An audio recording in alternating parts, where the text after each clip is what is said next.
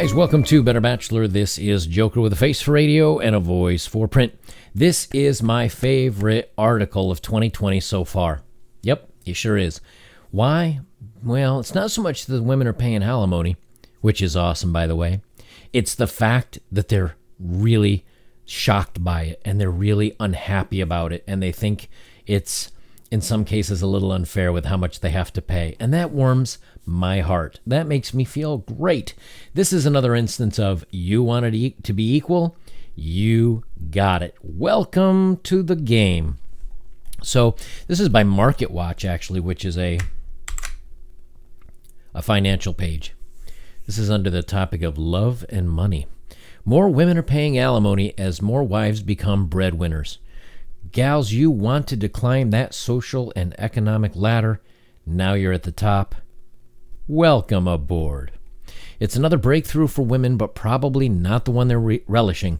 A growing number of women are paying alimony and child support when their marriages break up. According to a 2018 survey of 1,650 lawyers by the American Academy of Matrimonial Lawyers, some 54% of the attorneys surveyed have seen an increase in mothers paying child support in the last 3 years, and 45% noticed an uptick in women paying alimony, the AAML found. The trend could be seen as a sign of women's growing earning power in the face of America's persistent, i.e. also known as imaginary, wage differences. But it can be a bitter pill to swallow for those who experience, good writing. But it can be a bitter pill to swallow for those who experience it firsthand, said AAML President Madeline Marzano-Lenshevich, a family law attorney based in Hackensack, New Jersey. Over-the-top example, a female business executive with a 7-figure income, whose husband made far less money, obviously, than she did, ended up supporting her ex's expensive online video watching habit. That's the only way I can put that.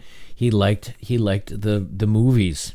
Perhaps a bit of a hobby of his own. Maybe that meant she wasn't often available for him to spend time with, so he decided to watch some adult things. Anyway, his wife had to pay his expenses of that, which, I mean, there's so much of it that's free. Why would you bother?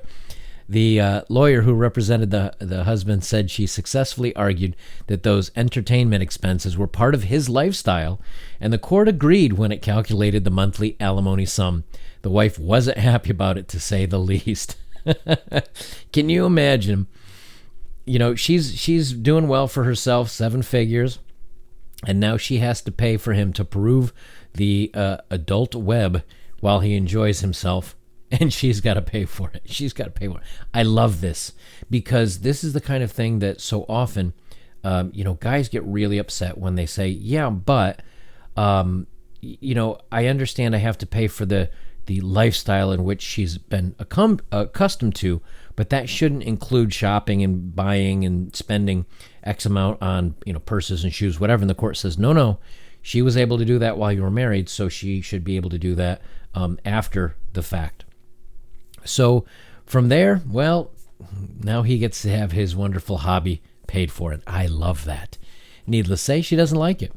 Many women, no matter how educated, how professional, how modern they are surprised to learn that they might have to pay for alimony, says Marzano-Lenshevich. It's something that has been ingrained for generations, that usually it's the guys that pay the alimony. When she started practicing family law 20 years ago, maybe 1 case out of 100 involved a woman paying spousal support. Today, it's about 2 out of 10 cases. Okay, you can tell. Let me guess. I'm guessing this is a woman writer. Yes, Leslie. Do you know how I know? This is my guess. Because you say 1 out of 100 cases, and then you used 2 out of 10 cases. A man would have said 1 out of 100 cases and 20 out of 100 cases, because math. But anyway, it went from 1 out of 100 to 20 out of 100, or 1 in 100 out to basically like 2 out of 10 is 20%. That's a huge rise from 1% to 20%. In the past, maybe mom was a kindergarten teacher and dad was working on Wall Street, but it's not that uncommon today to find dad being a middle school teacher and mom in advertising. Breadwinning mothers are on the rise. In 1960, just 11% of households with children under 18 had moms who were the breadwinner. In 2013, moms were the primary provider in a record 40% of families. Wow, that's going to 2013. They were primary 40%, but remember that also includes single moms. So if dad wasn't around, of course she's going to be the primary earner. Some 31.4% of single dads who have custody of their kids received spousal support in 2016, and 52% of moms did. But remember, single dads, not nearly as prevalent an occurrence. Let's see, the average amount of child support was $5,774 per year, or about $329 a month, but only 68.5% of that money was actually received. So I literally could not believe it. This was a good one, and again, it's one of those where guys say, look, I'm barely even making it for myself. Now, I don't think this is necessarily fair. I'm not saying it's necessarily fair, but if it's not fair for the guys, it's got to be not fair for the women. It's got to be equal. That's the big thing. Because if it's really not equal, if it's equal but it's bad, and women like to protest and complain and whatever, they will say this isn't unfair. We need to get this adjusted. Which in turn, if it's kept equal, will adjust it for the guy. That's the key point. It's got to be equal. Paying alimony is something Sarah Gilbert never thought she would have to do, but the 44-year-old mom of 3 boys now sends $349 a month to her ex. The Portland, Oregon resident said the experience has made her never want to get married again, even though she's now in a happy relationship. What's that you say? Alimony and child support makes you not ever want to get married? Shocking. Can you believe it? Well, no wonder so many guys are saying, I don't want to get married. I don't want to have the threat of this hanging over my head. She didn't expect it, but, hey, surprise, no wonder you don't want to get married. And if you knew this, she says herself, I wouldn't want to get married. Shocking. Her husband was a stockbroker when they first met, and he left the financial world to join the U.S. Army.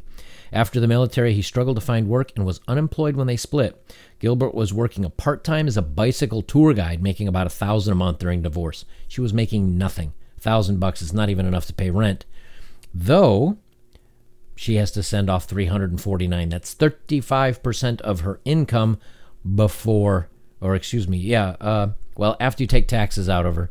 Let's say that if you take taxes out, that $1,000 goes down to, we'll call it, it's less than $12,000 a year. So she probably doesn't pay any taxes, but it's still 35%. Were it to go up a little bit and she paid taxes, that'd be after taxes.